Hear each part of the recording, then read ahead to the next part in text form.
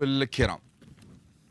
عدد الإصابات والوفيات بصفوف نواب البرلمان الإيراني وإصابة الرئيس البرازيلي وزير خارجيته وإصابة زوجة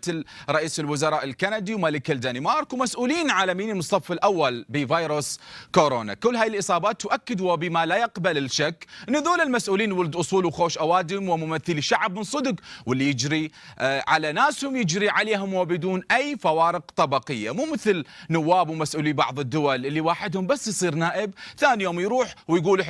بولي ويقعد بمنطقة محصنة حتى يبوق براحته ويغير كل أرقام تليفوناته، واللي ينتخبوا بعد ما يشوفوا إلا بالتلفزيون، وشماله ما يصعد إلا بسيارة مصفحة، على أساس إذا صار شيء عليه الدورة راح تخسر بأنه أو باني نهضتها وقائد فتوحاته اللي غير مجرى البطيخ. حقيقة لحد الآن ما نعرف شنو السبب الحقيقي اللي يخلي فيروس كورونا يصيب ممثل عالمي مرموق مثل توم هانكس لو لاعب ريال مدريد ويترك نواب ومسؤولين الصدفة والمحاصصة وحظنا الأغبر اللي خلاهم بهاي المناصب اللي ما يستحقوها. يعني شو يصير لو هذا الفيروس يشتغل بإنصاف وعدالة وياخذ بس الفاشلين والحرامية واللي وجودهم وعدمه واحد، بدل ما يصيب الناس اللي تبقى آثارهم وفنونهم واكتشافاتهم العشرات ومئات السنين. بس الظاهر كورونا ما يتحارش بهاي الفيروسات البشرية لأن ما تقل عنا ضرر وأذية. شكرا لكم مشاهدينا، أشوفكم باكر إن شاء الله.